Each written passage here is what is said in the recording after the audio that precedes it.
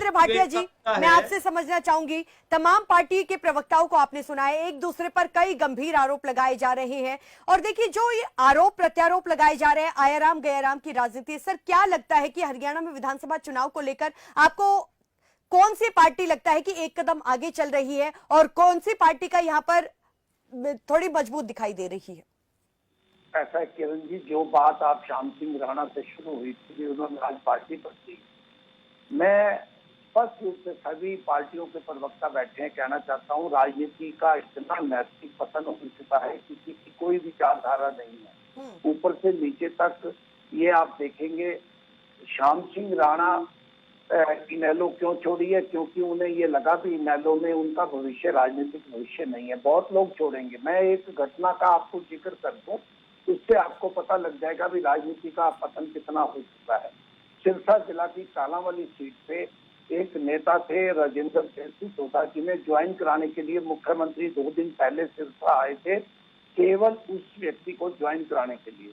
2019 में मनोहर लाल जी ने उनकी टिकट काटी थी, 14 में वो लड़े थे, ये कह के भी उनका परिवार नशे की तस्करी करता है, इसलिए उसकी टिकट काट रहे हैं। आज उसी व्यक्ति को वो शामिल करने के लिए मुख्यमंत्री वहां सिरसा पहुंचे। हालांकि राजेंद्र देशमुख पर सीधे आरोप नहीं थे, लेकिन फिर भी मनोहर लाल जी ने कहा, क्या वो 5 साल पहले अगर वो नशे की तस्करी उनका परिवार करता था तो अब वो दूध के धुले हो गए हैं। ये राजनीति में आप देखेंगे आगे आगे जैसे 2 महीने में और ये चीजें बहुत चलेंगी।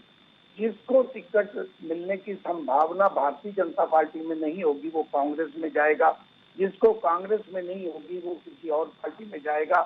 जैसा कि 2019 में जेजेपी का कोई कैडर नहीं था, वो लोग आए थे, चाहे देवेंद्र बबली था, चाहे ईश्वर सिंह थे, वो लोग आए थे जिनको टिकट नहीं मिला कांग्रेस।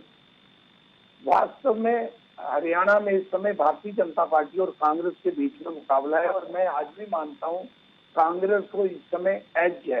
और नैब सिंह सैनी, जो ये सरपंचों वाली बात है, वो बात जो किसी प्रवक्ता ने कही थी, या तो मनोहर लाल जी सही थे जो कहते थे इससे भ्रष्टाचार बढ़ेगा, सरपंचों पे लाठियां चलाई गई और आज उन्हें 16 रुपए किलोमीटर देने की बात कही गई है। 2 महीने का समय बचा है, 21 लाख रुपए तक के काम करवा लेंगे, मिट्टी के भी काम करवा लेंगे।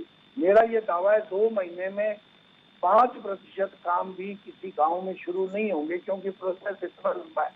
आज भारतीय जनता पार्टी के बड़े नेता जो जिला अध्यक्ष रहे हैं, जो डबवाली टिकट के दावेदार रहे हैं, अगर उनका वीडियो सुन लो, ग्रीवेंसेस कमेटी की मीटिंग के बाद उन्होंने आदित्य देवीलाल में, जो चौधरी देवीलाल के पोते हैं, उन्होंने गंभीर आरोप लगाए हैं बाहर निकलते हुए भी यहाँ पे जो अधिकारी बैठे हैं, अधिकारी पुलिस अधिकारियों पे आरोप लगाए हैं कि वो डी गैंग चला रहे हैं।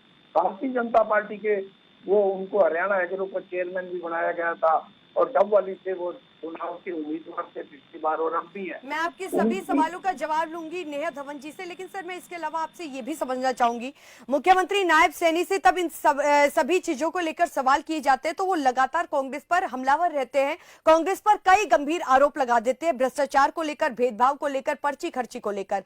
आज उनकी तरफ से कहा गया कि हमने गैस सिलेंडर में बहुत ज्यादा यहाँ पर सुधार किया है, अब लोगों को लाइनों में नहीं लगना पड़ता है और हरियाणा के हर नागरिक को 24 घंटे बिजली हम दे रहे हैं, बिना पर्ची खर्ची की नौकरियां दी जा रही है। और वो लगातार जो कांग्रेस पर आरोप लगाते हैं पर्ची खर्ची को लेकर और रोहतक में कोई भी विकास नहीं हुआ इस चीज को लेकर, भ्रष्टाचार को लेकर, भेदभाव को लेकर, सर क्या लगता है कि विधानसभा चुनाव में क्या यही मुद्दे रहेंगे या फिर जो जनता है उनके मुद्दे उठाने चाहिए?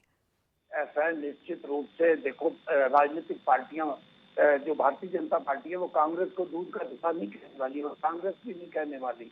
Bharatiya Janata party with difference होती थी कभी, लेकिन अब उनपे भी भ्रष्टाचार के कम आरोप नहीं है। वो भ्रष्टाचार के सारे आरोपों को जेजेपी पे ठोक देते हैं। जेजेपी को कुछ लोगों ने किया, उन्होंने खुद ये माना है।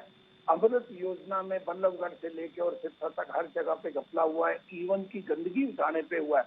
अभी वर्षा आई है, आप सरसा की बात नहीं, पूरे हरियाणा में कहीं भी देख लो, आपने करनाल में देखा होगा वर्षा, पूरी हैवी रेन में एक सड़क बनती देखी होगी। क्या करनाल स्मार्ट सिटी? नेहा धवन जी से मैं जवाब ले लेती हूँ सर, ठीक है। डहीनवाल जी, मैं